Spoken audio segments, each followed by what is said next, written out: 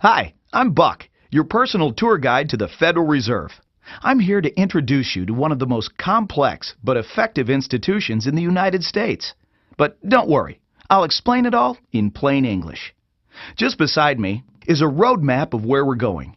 Together, we'll walk through the Federal Reserve System, literally. And along the way, I'll show you just what goes on around here and why it's important.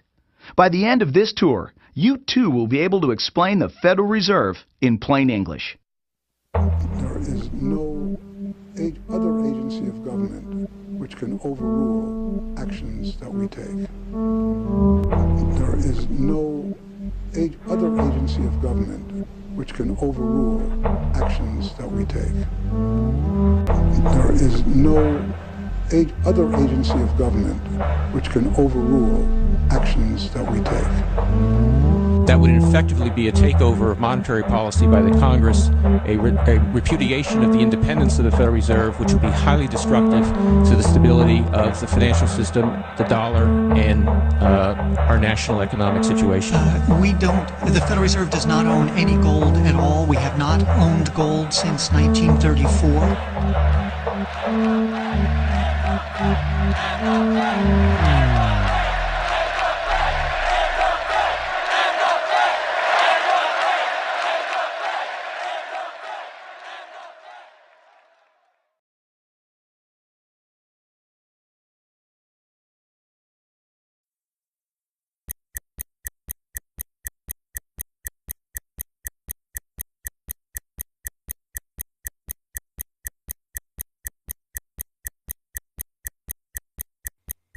All our lives, we've been told that economics is boring.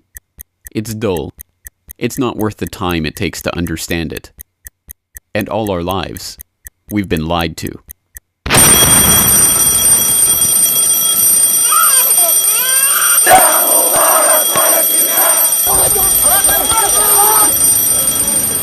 War, poverty, revolution.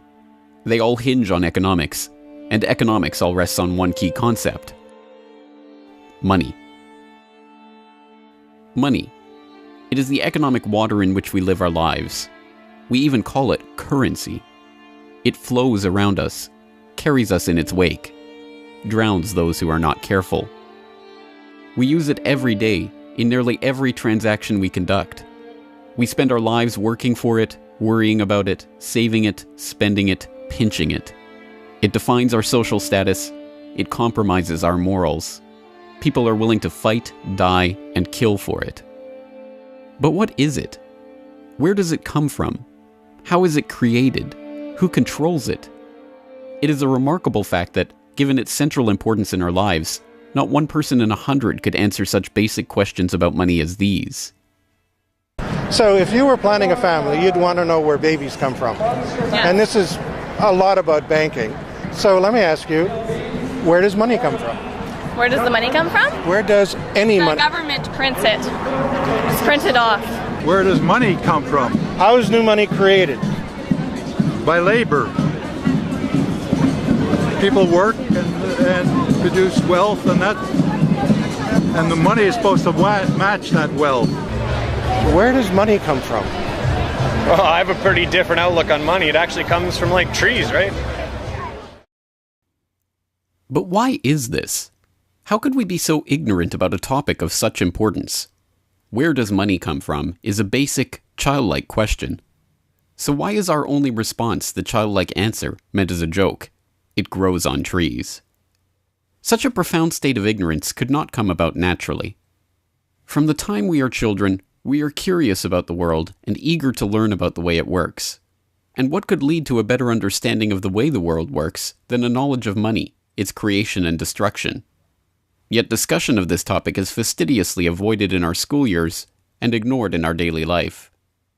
Our monetary ignorance is artificial, a smokescreen that has been erected on purpose and perpetrated with the help of complicated systems and insufferable economic jargon. But it doesn't take an economist to understand the importance of money.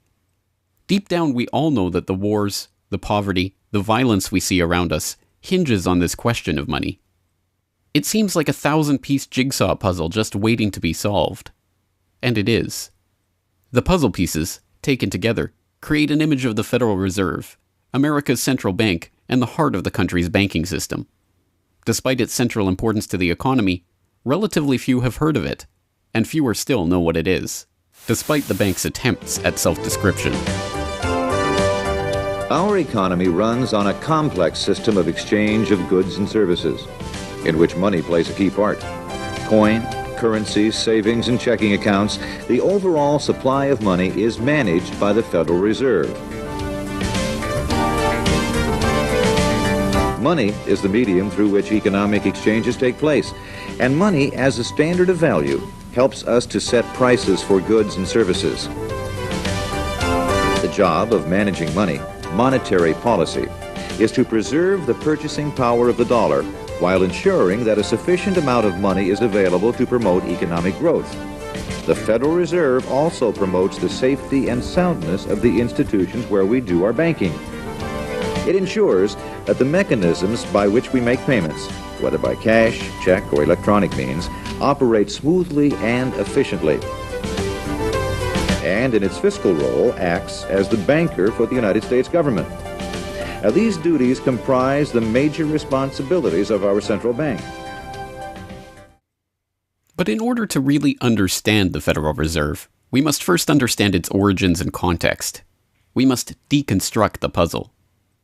The first piece of that puzzle lies here, in the White House.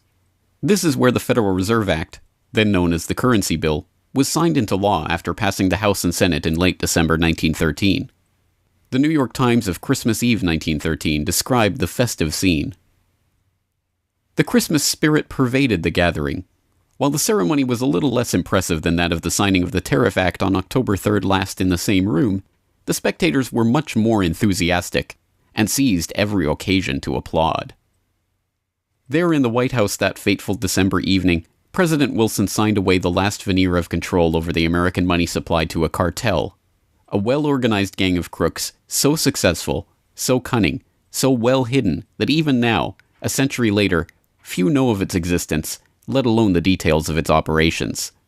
But those details have been openly admitted for decades. Of course, just as we have been taught to find economics boring, we have been taught that this story is boring. This is the way the Federal Reserve itself tells it. The United States was facing severe financial problems. At the turn of the century, most banks were issuing their own currency, called banknotes. The trouble was, currency that was good in one state was sometimes worthless in another.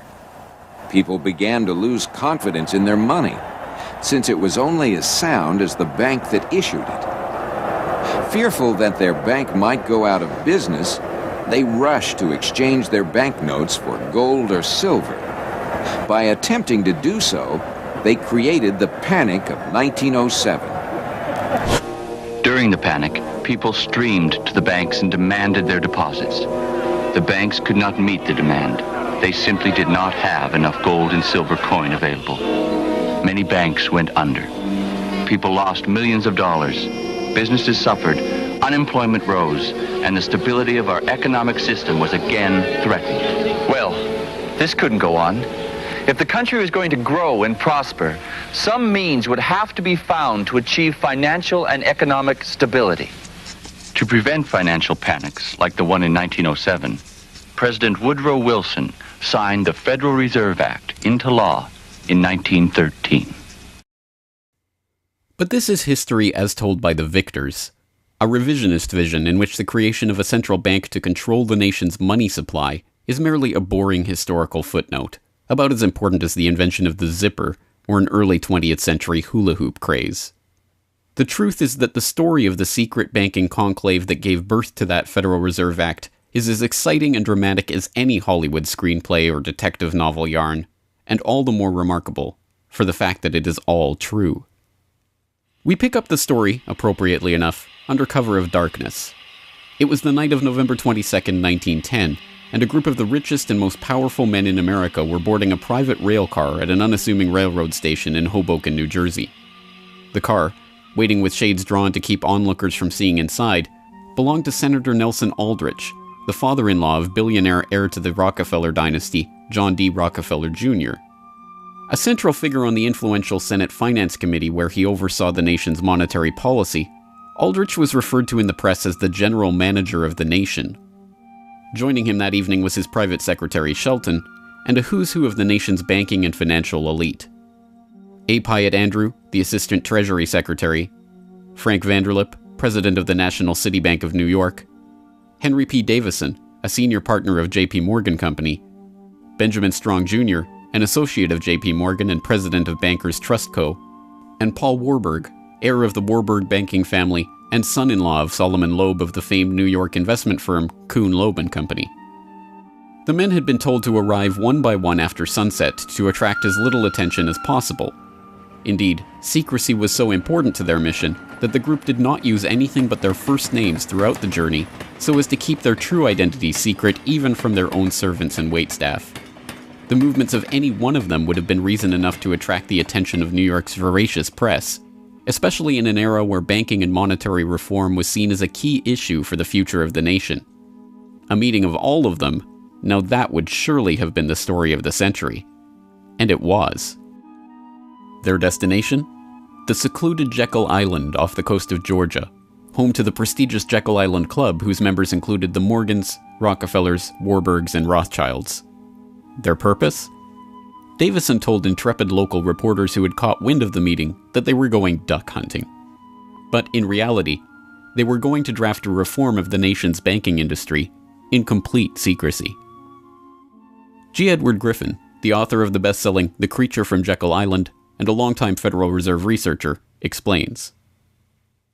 What happened is that the banks decided that since there was going to be legislation anyway to control their industry, that they wouldn't just sit back and wait and see what happened and cross their fingers that it would be okay. They decided that to do what so many cartels do today, they decided to take the lead. And they would be the ones calling for regulations and reform. They like the word reform. And the American people are suckers for the word reform. You just put that into any corrupt piece of legislation, call it reform, and people say, oh, I'm all for reform. And so they vote for it or accept it. So that's what they were doing. They decided we will reform our own industry. In other words, we will create a cartel, and we will give the cartel the power of government. We'll take our cartel agreement so that we can self-regulate to our advantage, and we'll call it the Federal Reserve Act. And then we'll take this cartel agreement to Washington and convince those idiots there to pass it into law. And that basically was the strategy. It was a brilliant strategy. Of course, we see it happening all the time, and certainly in our own day today, we see the same thing happening in other cartelized industry. Right now, we're watching it unfold in the field of healthcare, but at that time, it was banking, all right? And so the banking cartel wrote their own rules and regulations, called it the Federal Reserve Act, got it passed into law, and it was very much to their liking because they wrote it. And in essence, what they had created is a set of rules which made it possible for themselves to regulate their industry, but they went even beyond that. In fact, it's clear to me when I was reading their letters and their conversations at the time and the debates that they never dreamed that Congress would go along and also give them the right to issue the nation's money supply. I mean, not only were they now going to regulate their own industry, which is what they started out as wanting to do, but they got this incredible gift that they didn't dream would be given to them, although they were negotiating for it. And that was Congress gave them the authority to issue the nation's money. And Congress gave away the sovereign right to issue the nation's money to the private banks. And so all of this was in the Federal Reserve Act, and the American people were joyous because they were told and they were convinced that this was finally a means of controlling this big creature from Jekyll Island. Amazingly enough, they were successful, not just in conspiring to write the legislation that would eventually become the Federal Reserve Act, but in keeping that conspiracy a secret from the public for decades. It was first reported on in 1916 by Bertie Charles Forbes, the financial writer who would later go on to found Forbes magazine. But it was never fully admitted until a quarter-century later, when Frank Vanderlip wrote a casual admission of the meeting in the February 9, 1935 edition of the Saturday Evening Post. I was as secretive, indeed as furtive, as any conspirator.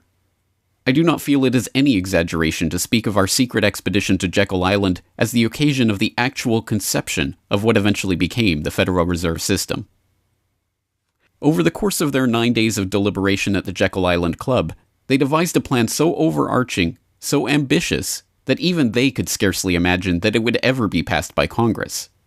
As Vanderlip put it, discovery of our plan, we knew, simply must not happen, or else all our time and effort would be wasted.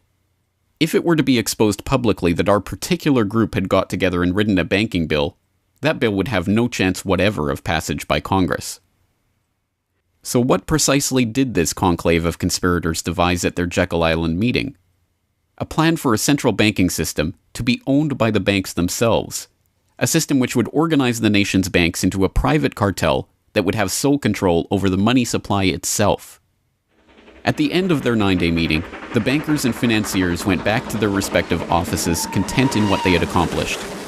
The details of the plan changed between its 1910 drafting and the eventual passage of the Federal Reserve Act, but the essential ideas were there. But ultimately, this scene on Jekyll Island, too, is just one piece of a larger puzzle. And like any other puzzle piece, it has to be seen in its wider context for the bigger picture to become visible. To understand the other pieces of the puzzle and their importance in the creation of the Federal Reserve, we have to travel backward in time. The story begins in late 17th century Europe. The 9 Years' War is raging across the continent as Louis XIV of France finds himself pitted against much of the rest of the continent over his territorial and dynastic claims. King William III of England, devastated by a stunning naval defeat, commits his court to rebuilding the English navy. There's only one problem: money. The government's coffers have been exhausted by the waging of the war, and William's credit is drying up. A Scottish banker, William Patterson, has a banker's solution. A proposal to form a company to lend £1 million to the government at 6% plus £5,000 management fee, with the right of note issue. By 1694, the idea has been slightly revised, a £1.2 million loan at 8% plus £4,000 for management expenses, but it goes ahead. The magnanimously titled Bank of England is created. The name is a carefully constructed lie, designed to make the bank appear to be a government entity, but it is not. It is a private bank owned by private shareholders for their private profit, with a charter from the king that allows them to print the public's money out of thin air and lend it to the crown. What happens here at the birth of the Bank of England in 1694 is the creation of a template that will be repeated in country after country around the world. A privately controlled central bank lending money to the government at interest, money that it prints out of nothing. And the jewel in the crown for the international bankers that creates this system is the future economic powerhouse of the world, the United States. In many important respects, the history of the United States is the history of the struggle of the American people against the banksters that wish to control their money. By the 1780s, with colonies still fighting for independence from the crown, the bankers will get their wish. In 1781, the United States is in financial turmoil. The Continental, the paper currency issued by the Continental Congress to pay for the war, has collapsed from overissue and British counterfeiting. Desperate to find a way to finance the end stages of the war, Congress turns to Robert Morris, a wealthy shipping merchant who was investigated for war profiteering just 2 years earlier. Now, as Superintendent of Finance of the United States from 1781 to 1784, he is regarded as the most powerful man in America, next to General Washington. In his capacity as Superintendent of Finance, Morris argues for the creation of a privately owned central bank deliberately modeled on the Bank of England that the colonies were supposedly fighting against. Congress, backed into a corner by war obligations and forced to do business with the bankers just like King William in the 1690s, acquiesces and charters the Bank of North America as the nation's first central bank. And exactly as the Bank of England came into existence loaning the British Crown £1.2 million, the BNA started business by loaning $1.2 million to Congress. By the end of the war, Morris has fallen out of political favor and the Bank of North America's currency has failed to win over a skeptical public. the BNA is downgraded from a national central bank to a private commercial bank chartered by the state of Pennsylvania. But the bankers have not given up yet. Before the ink is even dry on the Constitution, a group led by Alexander Hamilton is already working on the next privately owned central bank for the newly formed United States of America. So brazen is Hamilton in the forwarding of this agenda that he makes no attempt to hide his aims or those of the banking interests he serves. A national debt, if it is not excessive, will be to us a national blessing, he wrote in a letter to James Duane in 1781. It will be a powerful cement of our union. It will also create a necessity for keeping up taxation to a degree which, without being oppressive, will be a spur to industry. Opposition to Hamilton and his debt-based system for establishing the finances of the U.S. is fierce. Led by Jefferson and Madison, the bankers and their system of debt enslavement is called out for the force of destruction that it is, with Thomas Jefferson writing, "The spirit of war and indictment, since the modern theory of the perpetuation of debt, has drenched the earth with blood and crushed its inhabitants under burdens ever accumulating." Still, Hamilton proves victorious. The first Bank of the United States is chartered in 1791 and follows the pattern of the Bank of England and the Bank of North America almost exactly. A privately owned central bank with the authority to loan money that it creates out of nothing to the government. In fact, it is the very same people behind the new bank as were behind the old Bank of North America. It was Alexander Hamilton, Robert Morris's former aide, who first proposed Morris for the position of financial superintendent, and the director of the old Bank of North America, Thomas Willing, is brought in to serve as the first director of the First Bank of the United States. Meet the new banking bosses, same as the old banking bosses. In the first 5 years of the bank's existence, the U.S. government borrows $8.2 million from the bank, and prices rise 72%. By 1795, when Hamilton leaves office, the incoming Treasury Secretary announces that the government needs even more money and sells off the government's meager 20% share in the bank, making it a fully private corporation. Once again, the U.S. economy is plundered while the private banking cartel laughs all the way to the bank that they created. By the time the bank's charter comes due for renewal in 1811, the tide has changed for the money interests behind the bank. Hamilton is dead, shot to death in a duel with Aaron Burr. The bank-supporting Federalist Party is out of power.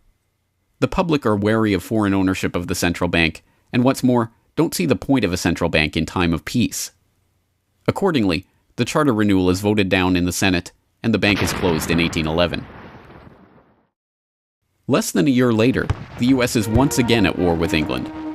After 2 years of bitter struggle, the public debt of the U.S. has nearly tripled from $45.2 million to $119.2 million. With trade at a standstill, prices soaring, inflation rising, and debt mounting, President Madison signs the charter for the creation of another central bank, the Second Bank of the United States, in 1816. Just like the two central banks before it, it is majority privately owned and is granted the power to loan money that it creates out of thin air to the government. The 20-year bank charter is due to expire in 1836, but still in his first term, President Andrew Jackson has already vowed to let it die prior to renewal. Believing that Jackson won't risk his chance for re-election in 1832 on the issue, the bankers forward a bill to renew the bank's charter in July of that year, 4 years ahead of schedule. Remarkably, Jackson vetoes the renewal charter and stakes his re-election on the people's support of his move. In his veto message, Jackson writes in no uncertain terms about his opposition to the bank. Whatever interest or influence, whether public or private, has given birth to this act, it cannot be found either in the wishes or necessities of the executive department, by which present action is deemed premature, and the powers confirmed upon its agent not only unnecessary, but dangerous to the government and country. It is to be regretted that the rich and powerful too often bend the acts of government to their selfish purposes. If we cannot at once, in justice to interests vested under improvident legislation, make our government what it ought to be, we can at least take a stand against all new grants of monopolies and exclusive privileges, against any prostitution of our government to the advancement of the few at the expense of the many, and in favor of compromise and gradual reform in our code of laws and system of political economy. The people side with Jackson, and he's re-elected on the back of his slogan, "Jackson and no bank." The president makes good on his pledge. In 1833, he announces that the government will stop using the bank and will pay off its debt. The bankers retaliate in 1834 by staging a financial crisis and attempting to pin the blame on Jackson, but it's no use. On January 8, 1835, President Jackson succeeds in paying off the debt, and for the first and only time in its history, the United States is free from the debt chain of the bankers. In 1836, the Second Bank of the United States charter expires, and the bank loses its status as America's central bank. It is 77 years before the bankers can regain the jewel in their crown, but it is not for lack of trying. Immediately upon the death of the bank, the banking oligarchs in England react by contracting trade, removing capital from the US, demanding payment in hard currency for all exports, and tightening credit. This results in a financial crisis known as the Panic of 1837, and once again Jackson's campaign to kill the bank is blamed for the crisis. Throughout the late 19th century, the United States is rocked by banking panics brought about by wild banking speculation and sharp contractions in credit. By the dawn of the 20th century, the bulk of the money in the American economy has been centralized in the hands of a small clique of industrial magnates, each with a near monopoly on a sector of the economy. There are the Astors in real estate, the Carnegies and the Schwabs in steel, the Harrimans, Stanfords, and Vanderbilts in railroads, the Mellons and the Rockefellers in oil. As all of these families start to consolidate their fortunes, they gravitate naturally to the banking sector. And in this capacity, they form a network of financial interests and institutions that centered largely around one man, banking scion and increasingly America's informal central banker in the absence of a central bank, John Pierpont Morgan.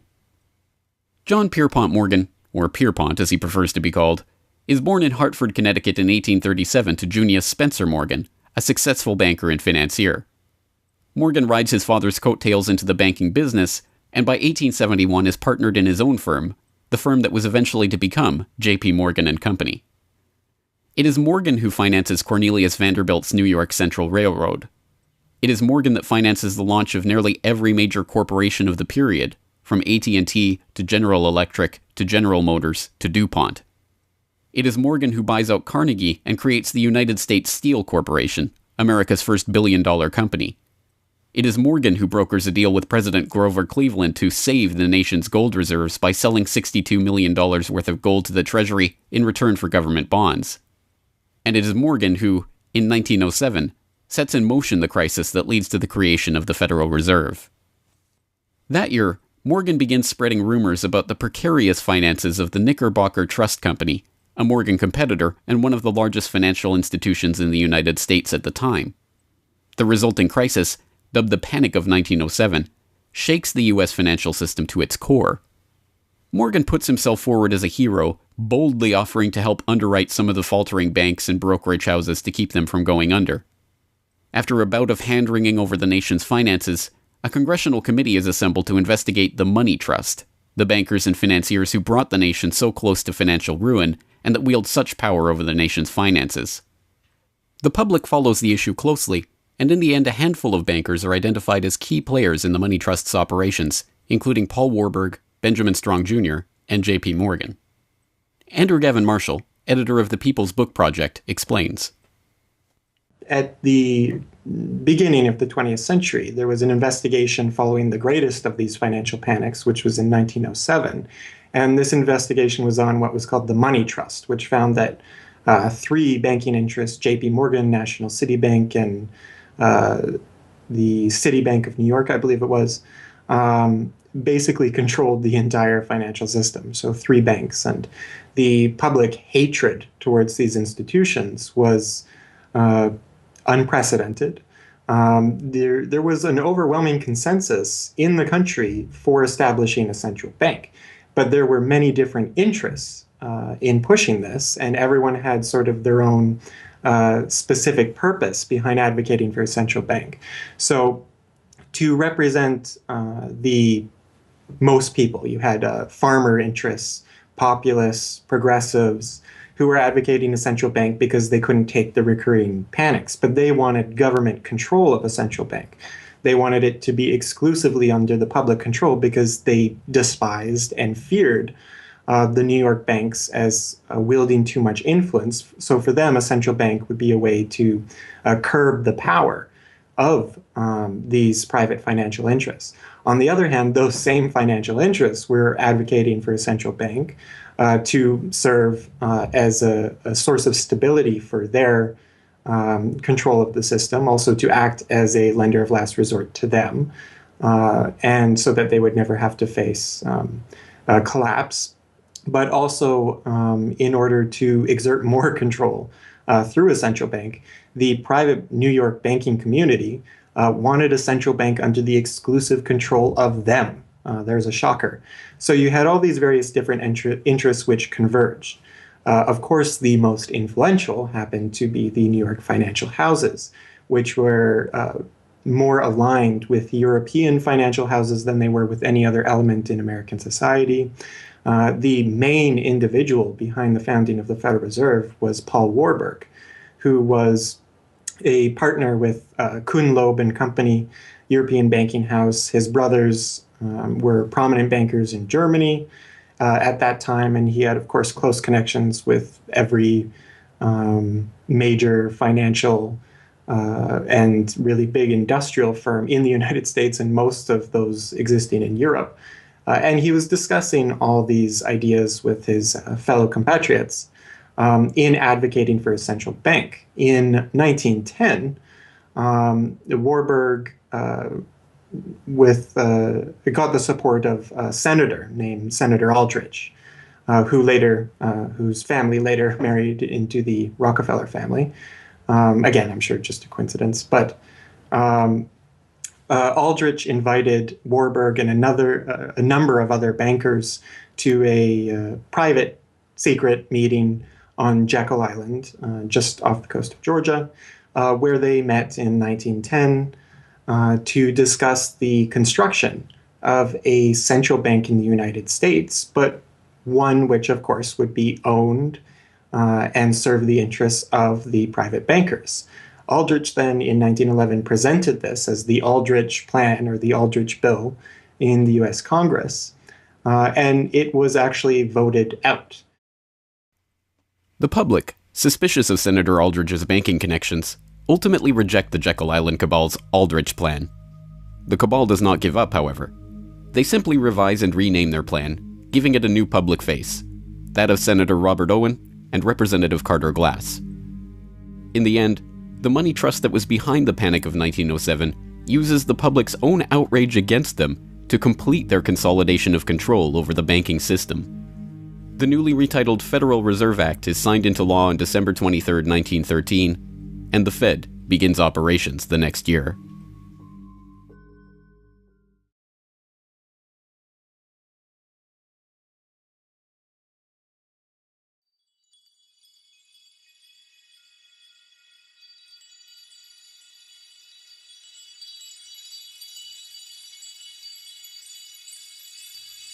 So how does the Federal Reserve System work? What does it do? Who owns and controls it? These are the basic questions that would get to the heart of the fundamental question, what is money? And that is why the answer to these questions have been shrouded in impenetrable economic jargon. Even the Federal Reserve's own educational propaganda, which has an unusual tendency towards cutesy animation and talking down to its audience, has a difficult time summarizing the Fed's mission and responsibilities. According to the Fed, to achieve these goals, the Fed, then and now, combines centralized national authority through the Board of Governors, remember that on the map, with a healthy dose of regional independence through the reserve banks. A third entity, the Federal Open Market Committee, brings together the expertise of the first two in setting the nation's monetary policy. Precisely what imaginary gaggle of schoolchildren is this economic gibberish aimed at? The simple truth, hidden behind the sleight of hand of economic jargon and magisterial titles, is that a banking cartel has monopolized the most important item in our entire economy: money itself. We are taught to think of money as the pieces of paper printed in government printing presses or coins minted by government mints. While this is partially true, in this day and age, the actual notes and coins circulating in the economy represent only a tiny fraction of the money in existence. Over 90% of the money supply is in fact created by private banks as loans that are payable back to the banks at interest.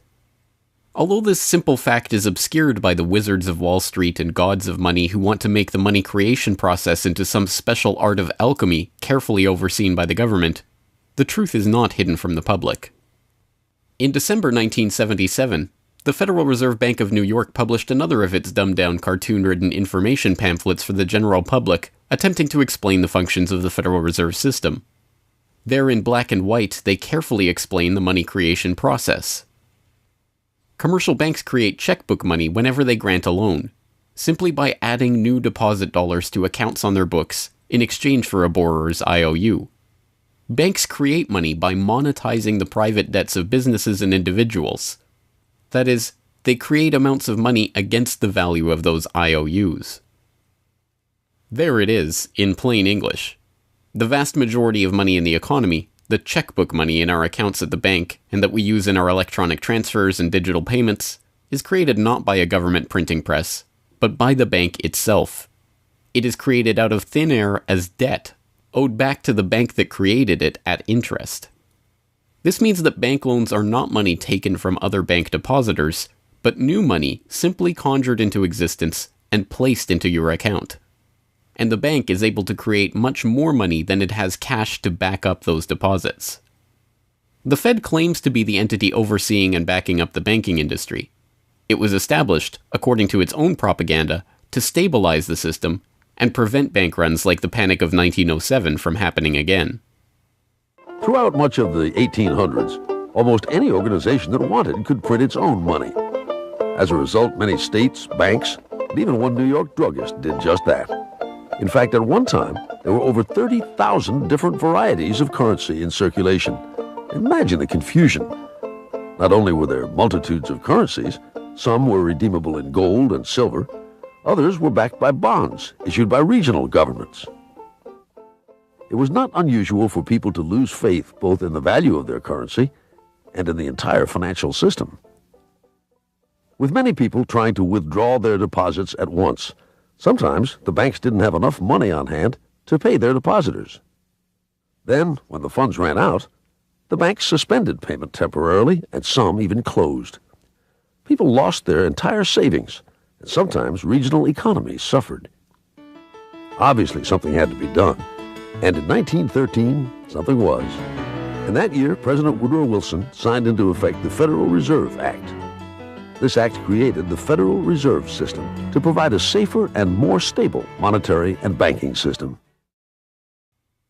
If that was indeed its aim, it signally failed to do so in running up one of the greatest bubbles in American history to that point in the 1920s, just a decade after its creation. The popping of that bubble, of course, led directly into the Great Depression and one of the greatest periods of mass poverty in American history. Economists have long argued that the Fed itself was the cause of the Depression by its complete mismanagement of the money supply. As former Federal Reserve Chairman Ben Bernanke admitted in a speech commemorating Fed critic Milton Friedman's 90th birthday, regarding the Great Depression, "You're right, we did it. We're very sorry. But thanks to you, we won't do it again." Price stability is another cited tenet of the Federal Reserve's mandate. But here, too, the Fed has completely failed to live up to its own standards. Aside from the banking system, the Federal Reserve has another responsibility that's probably even more important. It's in charge of something called monetary policy. Basically, it means trying to keep prices stable to avoid inflation.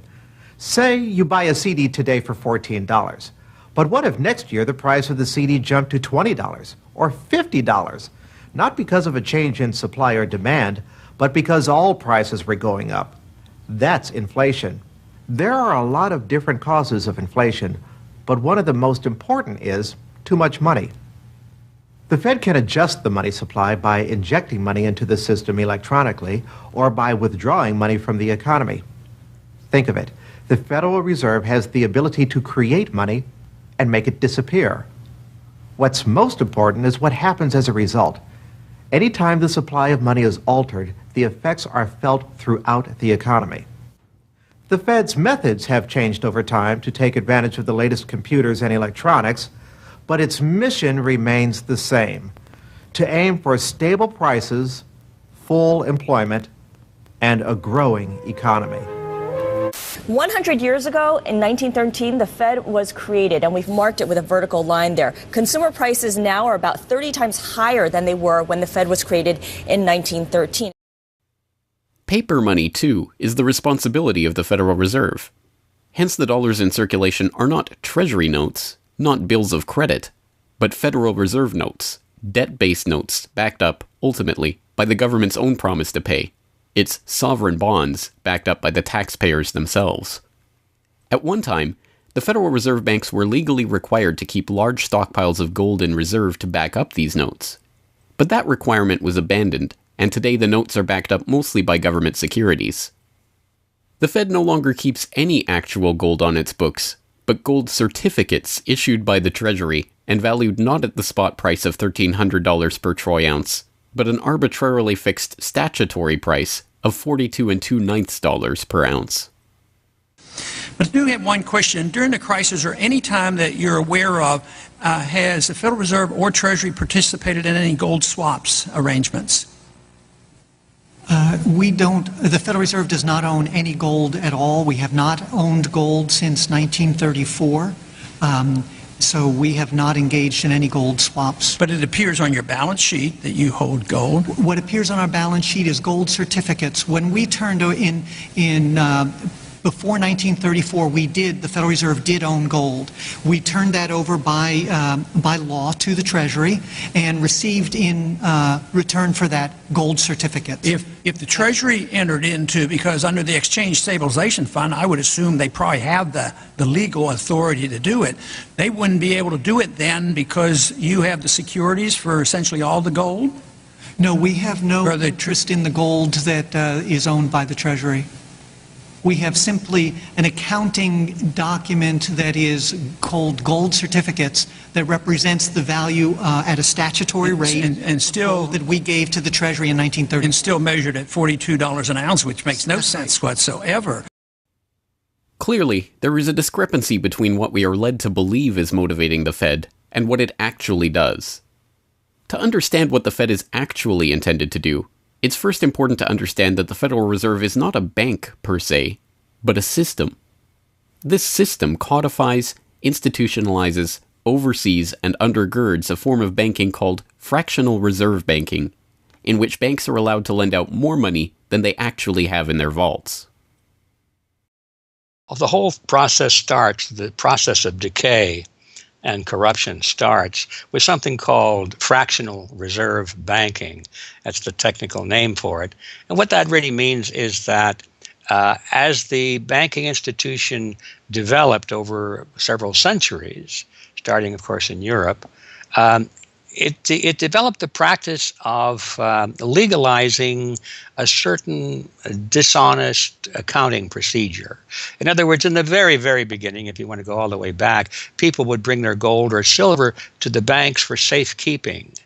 And they'd say, give us a paper receipt. And we don't want to guard our silver and our gold because, people could come in the middle of the night and they could kill us or tie us up and threaten us, and they'll get our gold and silver, so we can't really guard it. We'll take it to the bank and have them guard it, and we just want a paper receipt so that we can take the receipt back and get our gold anytime we want. And so in the beginning, money was receipt money. They could then, instead of changing or exchanging the gold coins, they could exchange the receipts, and people would accept the receipts just as well as the gold, knowing they could get the gold. And so these paper receipts being circulated were, in essence, the very first examples of paper money.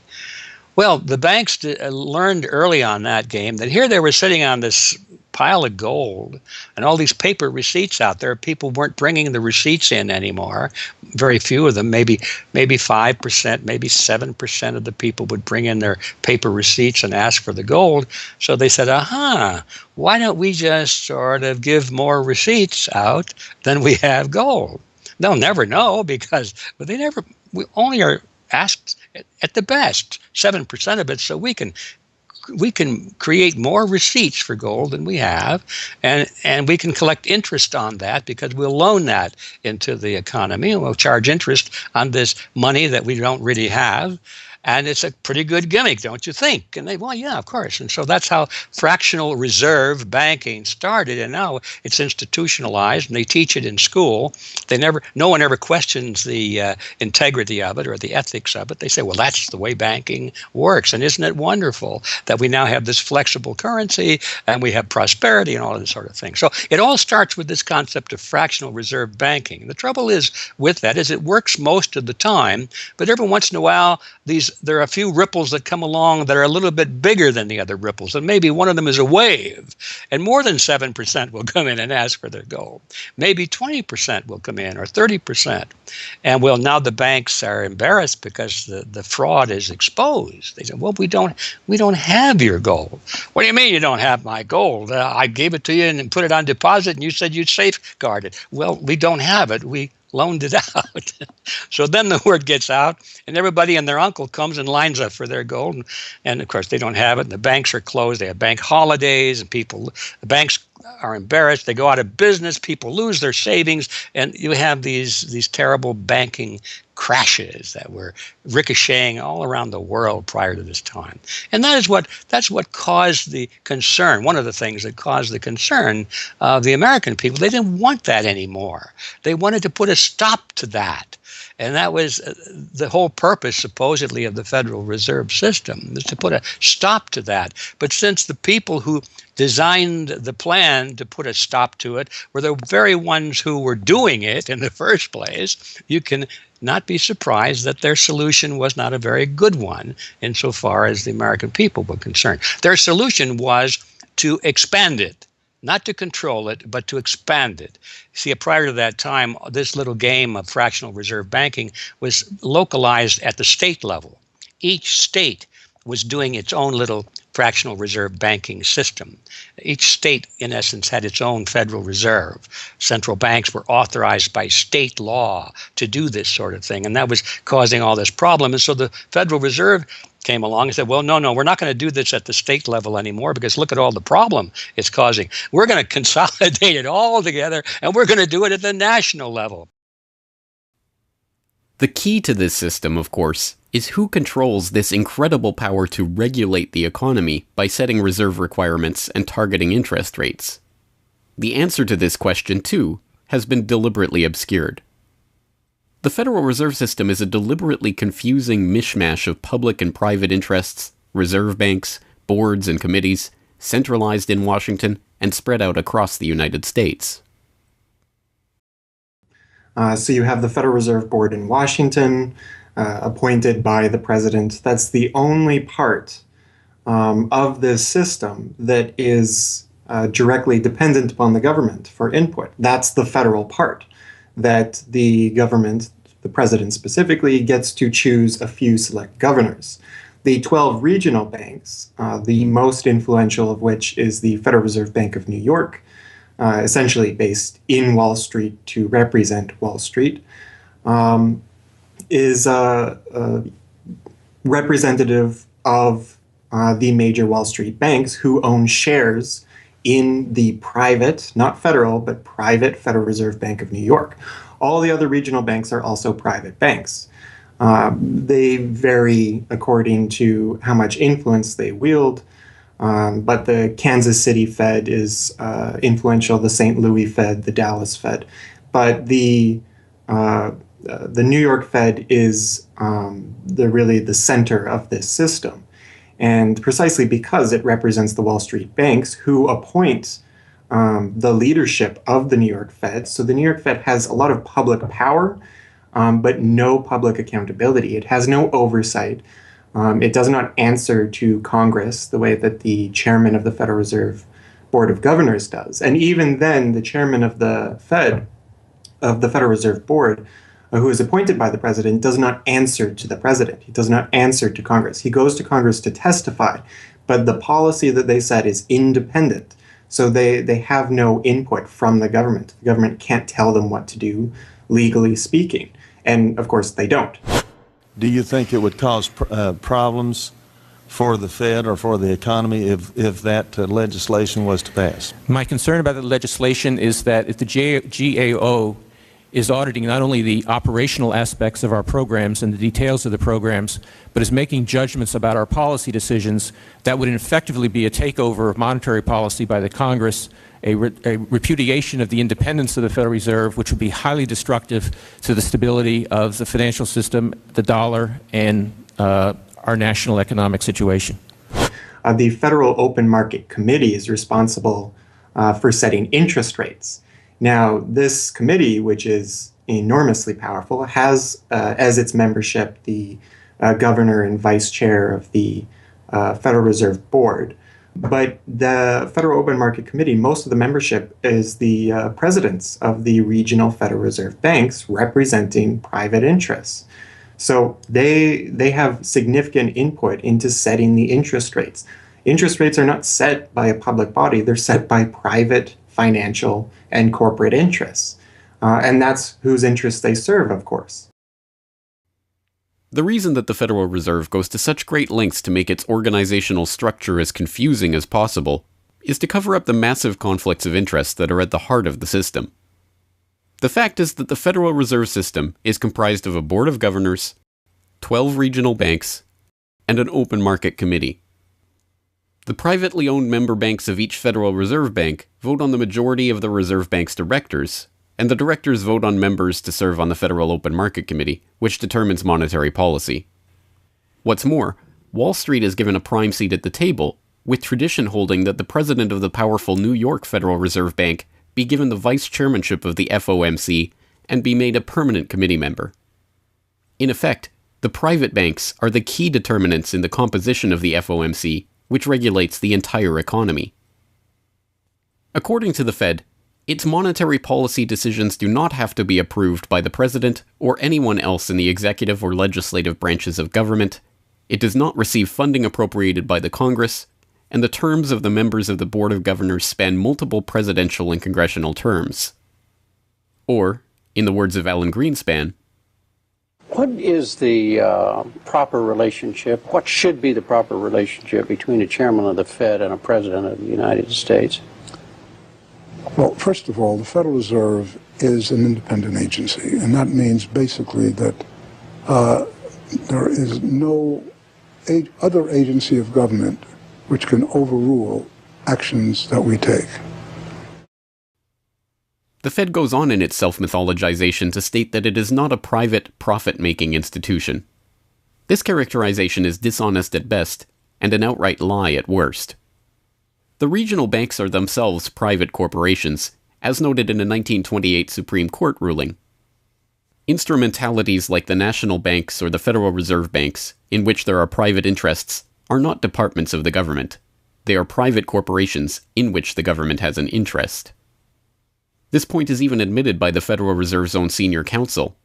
Our regulations do specify overall terms for the lending, but the day-to-day operation of the banking activities are conducted by the Federal Reserve banks. They are banks, and indeed they do lend, and they do interact they're their with own depositors. agency, then, essentially, they are not in that agencies. regard. Yes, they're not agencies, Your Honor. They're persons under FOIA. Each Federal Reserve Bank, the stock is owned by the member banks in the district, 100% privately held. They have private boards of directors. Majority of those boards are appointed by the independent banks, private banks in the district. They are not agencies. These private corporations issue shares that are held by the member banks that make up the system, making the banks the ultimate owners of the Federal Reserve Banks. Although the Fed's profits are returned to the Treasury each year, the member banks' shares of the Fed do earn them a 6% dividend. According to the Fed, the fixed nature of these returns means that they are not being held for profit.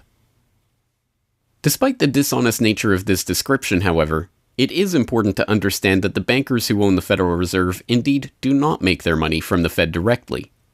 Instead, the benefits are much less obvious and much more insidious. The simplest way that this can be understood is that, as a century of history and the specific example of the last financial crisis shows, the Fed was used as a vehicle to bail out the very bankers who own the Fed banks in the most obvious example of fascistic collusion imaginable.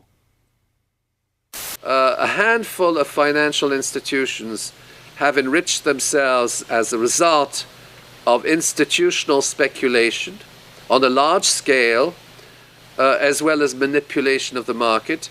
And secondly, what they have done is that they have then gone to their governments and said, well, we are now in a very difficult situation and you need to give us money so that we can retain the stability of the financial system.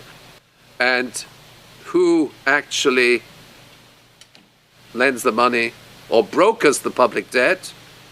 The same financial institutions which are the recipients of the bailout. Okay, and so what you have is a circular process. It's a diabolical process. You're lending money. You're not lending money. You're handing money to the large financial institutions, and then this is leading up to a mounting public debt in the trillions. Okay. And then you say to the financial institutions, we need to establish a new set of treasury bills and government bonds, etc., which of course are sold to the public, but they are always brokered through the financial institutions, which establish their viability and so on and so forth. And the financial institutions will probably buy part of this public debt. So that in effect what the government is doing is financing its own indebtedness through the bailouts. It hands money to the banks, but to hand the money to the banks, it becomes indebted to those same financial institutions, and then it says, well, we now have to emit large amounts of public debt. Please, can you help us? And then the banks will say, well, your books are not quite in order. And then the government will say, well, obviously they're not in order because we've just handed you $1.4 trillion of bailout money, and we're now in a very difficult situation, so we need to borrow money from the people who are, in fact, the recipients of the bailout. So this is really what we're dealing with. We're dealing with a circular process. The 2008 crisis and subsequent bailouts are merely the latest and most brazen examples of the fundamental conflicts of interest at the heart of America's privately owned central banking system. Beginning with the collapse of Lehman Brothers in September of that year, the Federal Reserve embarked on an unprecedented program of bailouts and special zero-interest lending facilities for the very banks that had caused the subprime meltdown in the first place.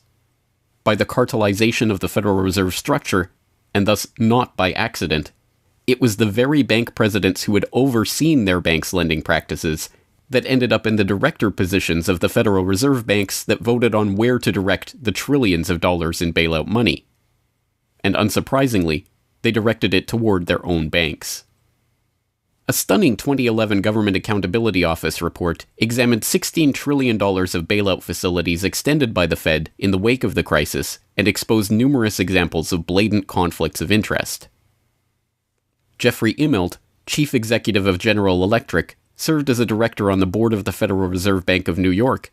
At the same time, the Fed provided $16 billion in financing to General Electric. J.P. Morgan Chase chief executive Jamie Dimon, meanwhile, was also a member of the board of the New York Fed during the period that saw $391 billion in Fed emergency lending directed to his own bank. In all, Federal Reserve Board members were tied to $4 trillion in loans to their own banks. These funds were not simply used to keep these banks afloat, but actually to return these Fed-connected banks to a period of record profits in the same period that the average worker saw their real wages actually decrease and the economy on Main Street slow to a standstill. Ben Bernanke, at that time the chairman of the Federal Reserve Board of Governors, was confronted about these conflicts of interest by Senator Bernie Sanders upon the release of the GAO report in June 2012. Senator, you raised an important point, which is that this is not something the Federal Reserve created. This is in the statute. Congress in the Federal Reserve Act said this is the governance of the Federal Reserve, and more specifically that bankers would be on the board. And 6 out of 9. Sorry? 6 out of 9 in the regional banks are come from the banking industry. That's correct, and that is in the law. And right. I'll answer your question, though. The answer to your question is that Congress set this up. We have tried. I think we've made it into something useful and valuable. We do get information from it. But if Congress wants to change it, of course, we will work with you to find alternatives. Bernanke is completely right. These conflicts are, in fact, a part of the institution itself, a structural feature of the Federal Reserve that was baked into the Federal Reserve Act itself over 100 years ago by the bankers who conspired to cartelize the nation's money supply. You could not ask for a more succinct reason why the Federal Reserve itself, this admitted cartel of banking interests, needs to be abolished. But you could get one.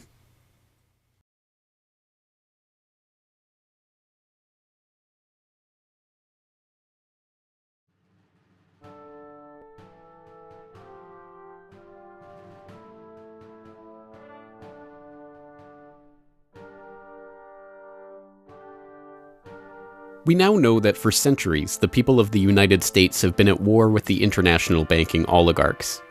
That war was lost, seemingly for good, in 1913 with the creation of the Federal Reserve. With the passage of the Federal Reserve Act, President Woodrow Wilson consigned the American population to a century in which the money supply itself has depended on the whims of the banking cabal. A century of booms and busts, bubbles and depressions, has led to a wholesale redistribution of wealth toward those at the very top of the system. At the bottom, the masses toil in relative poverty, single-income households becoming double-income households out of necessity, their quality of life being slowly eroded as the Federal Reserve notes that pass for dollars are themselves devalued. Worse yet, the fraud itself perpetuates Alexander Hamilton's persistent myth that a national debt is necessary at all. The US is now locked into a system whereby the government issues bonds to generate the funds for their operations, bonds that are backed up by the taxation of the public's own labor. The perpetrators of this fraud, meanwhile, remain in the shadows, largely ignored by a general public that could instantly recognize the latest Hollywood heartthrob or pop idol, but have no clue what the head of Goldman Sachs or the New York Fed does, let alone who they are. This cabal bear allegiance to no nationality, no philosophy or creed, no code of ethics. They are not even motivated by greed, but power. The power that the control of the money supply inevitably brings with it. After a person has all the money in the world that you could possibly use to buy anything you want, what's left to capture your imagination? And the answer, of course, is power. Power over people. Now, money is power over people, but there's another power over people as well, and that is the political power, the social power. And I think this has now become the dominant driving force of these people. They've already got the money. They've got it locked down. Now they're striving for this new world order, as their name for it. They want all of the world into one political unit, which they dominate, not only with money, but with military and psychological means and education and media and propaganda. They want total control over every human on the planet. And by golly, they're moving pretty rapidly in that direction. It did not take long for this lust for power to rear its head.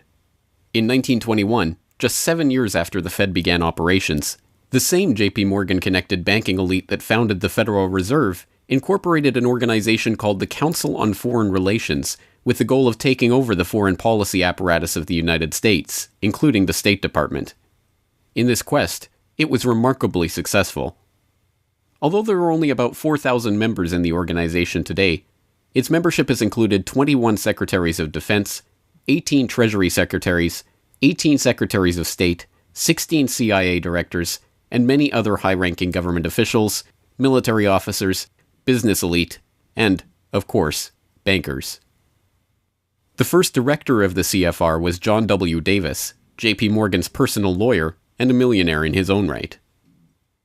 Together with its sister organizations in Britain and elsewhere around the world, these groups would work together toward what they called a New World Order of total financial and political control directed by the bankers themselves. As Carroll Quigley, noted Georgetown historian and mentor of Bill Clinton, wrote in his 1966 work, Tragedy and Hope, A History of the World in Our Time, the powers of financial capitalism had a far-reaching aim, nothing less than to create a world system of financial control in private hands, able to dominate the political system of each country and the economy of the world as a whole. This system was to be controlled in a feudalist fashion by the central banks of the world acting in concert, by secret agreements arrived at in frequent private meetings and conferences. The apex of the system was to be the Bank for International Settlements in Basel, Switzerland, a private bank owned and controlled by the world's central banks, which were themselves private corporations. This is why the bankers and their partners in government and business conspired to bring about the 2008 crisis. Not for the pursuit of money, but power. In the same way the bankers used the panic of 1907 to consolidate their control over the money supply, they hope to use the 2008 crisis and subsequent panics, which they themselves have created, to consolidate their political control. The International Summit for the Global Financial Crisis has been expanded from G7 to G20 because the leading 7 developed countries cannot solve the crisis alone. This expanded meeting raises the question whether a new global financial system will be created. So is this some sort of new world order, which Gordon Brown kind of alluded to? British Prime Minister Gordon Brown has described the quote-unquote guiding principles to be addressed at the summit. They are transparency, sound banking, responsibility, integrity, and get this, global governance, unquote. I think a new world order is emerging, and with it the foundations of a new and progressive era of international cooperation. The inevitable conclusion, one that flows necessarily from the true understanding of this situation, is that the Federal Reserve System needs to be consigned to the dustbin of history. After a century of enslavement, it is time for the American public to finally throw off the bankers' debt chains. If there was ever a point in human history to start questioning alternatives, this would be it. And to think that where we are and simply say, oh, well, this is the best of our options. How many of the best options lead to self-destruction? Doesn't sound like a best option. I think that with a world of 7 billion people, we can probably come up with something better than a system in which a few thousand people benefit so much at the expense of everything else on this world, and at the expense of the potential for the future of mankind. They're leveraging our future. And so long as we accept this way of thinking, so long as we accept these institutions as having dominance, that's the direction we'll be going. So I think reform is a good way to try and stall and to push back directly against the expanding and evolving power structures. But a radical change is what's really needed, and that has to be built from the bottom up. But I think that these two processes can and should go together in parallel. If you've made it this far, congratulations. You are now better informed on the economic history of the United States and the truth about the Federal Reserve than 99% of the population. If you do nothing else, then just working to get those around you educated on this information alone will have a profound effect. Once they learn of the scam, many are motivated to do something about it, and they, in turn, inform others. This is the viral nature of suppressed truth, and it is the reason that more people are aware of and energized by the issue of the Federal Reserve and the nature of money than ever before. Perhaps even more amazingly, this movement is spreading to other parts of the globe. Recognizing the interlocking nature of the modern global economy and the international nature of the banking oligarchy, movements to abolish the Federal Reserve have sprung up in Europe, where protests against the cartelized central banking system are taking place in over 100 cities, attracting 20,000 people on a weekly basis. I started this movement because I realized that the Federal Reserve Act, in my opinion, is one of the most worst laws in the whole world. So a private banking company is lending America the money, and in my opinion, America is not any more democratic. The Federal Reserve tells the government what to do, and that's a problem. It's a very big problem, especially in the US. Why is it a global issue, and why are people doing it here in Germany? Because when you realize that this finance system, it's a global system, you have to go to the really beginning of the system. And in my opinion, it's also the World Bank and the International Fund of Currencies and stuff like this. But at the beginning of all this is a law from 1913. Woodrow Wilson signed it. And this is the beginning of all this hardcore capitalism we are suffering right now from. And the only way to stop this is maybe to break this law. But what if the burgeoning movement to end the Fed is successful? What system do people propose as the answer? There have been several proposals along different lines by various researchers. Some argue for a return to America's colonial roots of debt-free money issued by state-run banks, pointing to the Bank of North Dakota as one already functioning, successful model of this approach. We've had two banking systems ever since the 1860s, with the state bank system and the federal bank system. And the federal bank system are the big Wall Street banks, particularly. They dominate the federal system. So they're taking over right now. I mean, in California, we don't even have any local banks where I am. They're now, we had two, and I had accounts in both of them, and they're now, one of them is Chase Bank, and the other is U.S. Bank. So they're both big Wall Street banks now. They've been taken over. So if you can keep, it's the local banks that have an interest in serving the local business. The big banks have no interest in making loans to local business. It's too risky. Why should they bother? They've got this virtually free money they can get from the Fed and from each other, and it's much more lucrative to them either to speculate in commodities or other things abroad, or what works very well for them is to buy long-term government bonds at 3%, because these have no capital requirement. The capital requirement for government bonds are zero. So they can buy all of those that they want. Whereas if they buy, let's say, mortgages, or if they make loans for mortgages, or they make loans to businesses, then they have to worry about their capital requirement. And as soon as they've used up all their capital, in other words, $8 of capital will get you $100 of loans, then they can't make any more loans. They have to wait for 30 years till those loans get paid off. So what they do, if they do buy mortgages, is sell them off to investors. And so that was the whole mortgage-backed securities scam that we've seen. I mean, they had no motivation to make sure that these borrowers were actually sound borrowers. They just wanted to make a sale, so they sold the stuff to the unwary investors who might be somebody in Iceland or Sweden or pension funds. Yeah, so that didn't work out so well. So a state bank with the partnering with the local banks can provide the capital, can help them with capital.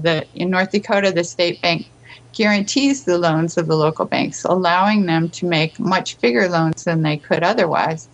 And the state bank provides liquidity to the small banks. That's why the small banks, the local banks, aren't making loans to small business right now, because they don't know that they can get money from the other banks as needed. The way banking works is they make the loan first. I mean, if you have credit lines to many different businesses, and if they all hit up their credit lines at once, you're going to run out of money. So you don't dare do that unless you know that you can get short-term loans from the other banks. And what's happening right now, even though there's $1.6 trillion in excess reserves sitting on the books of the big banks, they're not available to the little banks. And the reason is because the Fed is paying 0.25% interest on those reserves. So the banks have no incentive to lend them to the little banks. Why let go of them when you can make just as much keeping them, and then you still have your reserves, and you can use them as collateral to buy bonds or something that'll make you more money. So the whole system is messed up. And in North Dakota, the Bank of North Dakota provides the liquidity for these local banks. Others advocate a decentralized system of alternative and competing currencies that greatly reduce or even eliminate altogether the need for a central bank. Well, 22 years ago in Ithaca, New York, I noticed that a lot of people, friends particularly, had skills and time that were not being employed or respected by the prevailing economy. And while we had much desire to create things and trade them with each other, and many services we could provide to each other. We didn't have the money. So, since I have a background in graphic design, journalism, and arrogance, I went to my computer and designed paper money for Ithaca, New York. Designed pretty colorful money, with pictures of children, waterfalls, and trolley cars, and denominated in hours of labor. 1 hour note, half hour, quarter, eighth hour note, 2 hour note, and then began to issue to each of the pioneer traders who had agreed to be listed in the directory a specific starter amount. And the game began. An hour has been worth an hour of basic labor, or $10 US, which at that time, 20 years ago, was double the minimum wage. People who usually expect more than $10 per hour of their service can charge multiple hours per hour, but the denomination puts between us as residents of our community that reminder that we are fellow citizens, not merely winners or losers scrambling for dollars. And it introduces us to each other on the basis of these skills and services that we have, that we are more proud to provide for each other than often is the case with a conventional job, just the stuff we have to do to get the money to pay the bills.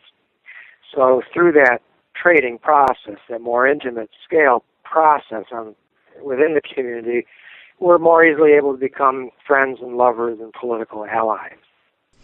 It's an inspiring story, and tell people about how much money has circulated through this community. I mean, it's important for people to understand just how successful this has been.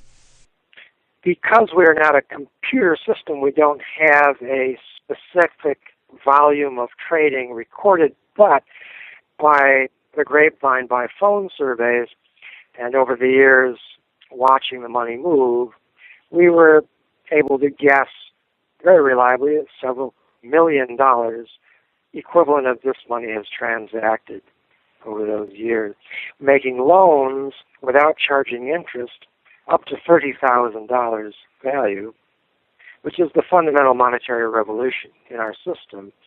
Then as well, making grants of the money to over 100 community organizations.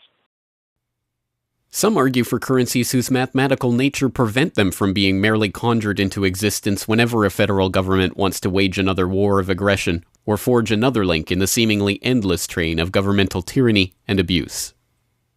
What people have to understand about Bitcoin is that it's a completely decentralized network. There's no central server, there's no controlling company, there's no office. It's just free software that anyone can download and start running on their computer anywhere in the world. And that the Bitcoins themselves can be transferred to or from anyone anywhere in the world. And it's impossible for any bank or government or entity to block you from sending or receiving those Bitcoins. There's a limited supply of those Bitcoins. There will never, ever, ever be more than 21 million Bitcoins. And so because, like everything, the price is set based on supply and demand, because the supply of Bitcoins is limited and the demand is increasing as more and more people start to use them and more websites start to accept them, the price of Bitcoins in terms of dollars is going to have to increase even a lot more than the $500 per Bitcoin that it is today. Are there any drawbacks at all to the idea of using a cryptocurrency? If you're part of the current power elite that can just print money at will to spend on whatever you feel like, then yeah, the world switching over to Bitcoin is probably not going to benefit you. But if you're one of the normal people that aren't working for the Federal Reserve or any central bank that's printing money to pay to your friends and that sort of thing, then a Bitcoin world is a wonderful thing for you. Sound money, cryptocurrencies, state banks, LETS programs, self-issued credit. These and many other solutions have all been proposed, and many of them are in use in different localities today. Information on all of these ideas and how they are being applied in various parts of the world are widely available online. The point is that the question of what money is and how it should be created is perhaps the single greatest question facing humanity as a whole, and yet it is one that has been almost completely eliminated from the national conversation. Until recently. End the Fed! End the Fed!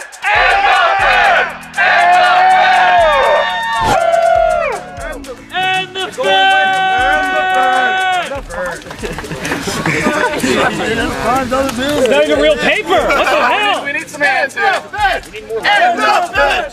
And the Fed! And the Fed!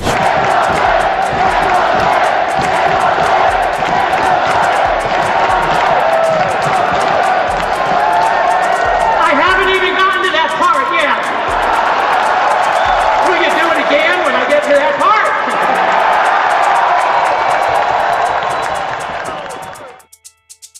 And so the rest of the story is now in our hands. Once we understand the scam that has taken place, the gradual consolidation of wealth and power in the hands of an elite few banking oligarchs, and the growing impoverishment of the masses, all in the name of banking funny money created out of nothing and loaned to the public at interest, we can choose to get active or to do nothing at all. For those who choose to get active, there are some steps that you can take to help change the course of the system. First, follow the links and resources from the transcript of this documentary at corbettreport.com/Federal Reserve to familiarize yourself with the history, the connections, and the functions of the Federal Reserve System. If you can't explain this material to yourself, then you will never be able to teach it to others. Secondly, begin reaching out to others to bring them up to speed on the issue. It can be as simple as broaching this conversation in the Monday morning water cooler talk, or passing out a copy of this documentary, or sending out links to this information to your email list. Insert this topic into your conversations. When people start talking about the national debt, or the state of the economy, or other political talking points, get them to question the roots of these issues, and why there is a national debt at all. Thirdly, when you are able to find or create a group of like-minded people in your area who are engaged with the issue, start a study group on the issue and its solutions. The study group can help source alternative or complementary currencies in the local area, or, if none exist already, the group can form the basis for a community of local businesses and customers who are willing to start experimenting with ways to wean themselves off of the Federal Reserve notes. Fourthly, use the resources at corbettreport.com, including the Federal Reserve information flyer, or hold DVD screenings to attract interest in your group and draw others into studying the true nature of the monetary system. The work of building up an alternative to the current system can seem daunting, even at times overwhelming. But it is important to keep in mind that the Federal Reserve System that seems so monolithic today has only been around for 1 century. Central banks have been defeated in America before, and they can be defeated again. The question of how we decide to change this system is not rhetorical. It will either be answered by an informed, engaged, active population working together to create viable alternatives and to dismantle the current system, or it will be answered by the same banking oligarchy that has been controlling the money supply, and indeed the lifeblood of the country, for generations. Now, 1 century after the creation of the Federal Reserve System, we have a choice to make. Whether the next century, like the one before it, will be a century of enslavement, or, transformed by the actions and choices that we make in the light of this knowledge, a century of empowerment.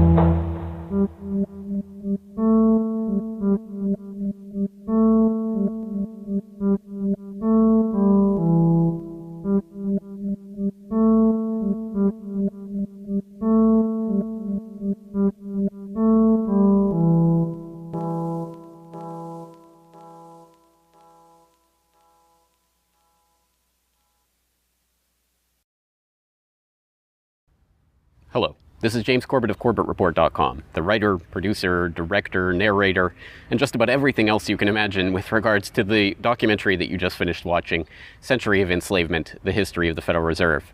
As I mentioned towards the end of that documentary, if you've made it this far, then you are now better informed about the Federal Reserve, its origins, what it is, how it functions, and why it must be opposed than 99% of the general public. And if you've made it this far, then you are obviously one of the very few who is very eager and motivated to join the rising tide of free humanity that is seeking to throw off the debt chains of the banksters in the United States and around the world. And if you are so motivated, then I have some treats for you. I have some resources that I'd like to direct you to. As I mentioned again towards the end of that documentary, there are some resources up at corbettreport.com that I hope will help you in your quest to better inform yourself and better inform others about the Federal Reserve System. Because once again, if you can't explain this to yourself, then how could you ever hope to explain it to anyone else? So I think the first quest that we must all engage in is to improve our own understanding of the Federal Reserve System and how it functions, and then to spread that information to others. And on that note, once again, if you go to corbettreport.com, you'll be able to find, first and foremost, this documentary itself is, of course, 100% freely available online, which you would know because you're watching this right now. So, of course, there will be links to the YouTube version of this documentary or the downloadable MP4 version on my website. There's also audio MP3 files available for download. All of those, again, freely open to the public, and I do encourage you to send them out to others if you do find it to be a valuable resource yourself.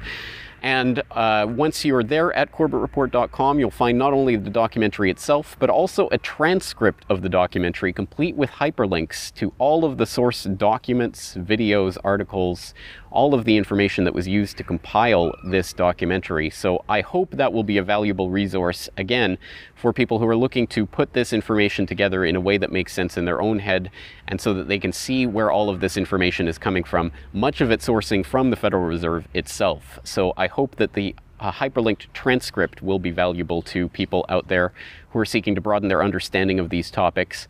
And you will also find there a news information pamphlet that I have put together with the help of Mike Krentz of MikeKrentz.com, a graphic designer who's helped me out a lot behind the scenes on the website. As you can tell from the graphics on this documentary, I'm not a graphic designer myself by trade or by training, so I certainly do appreciate Mike's help in putting this information pamphlet together.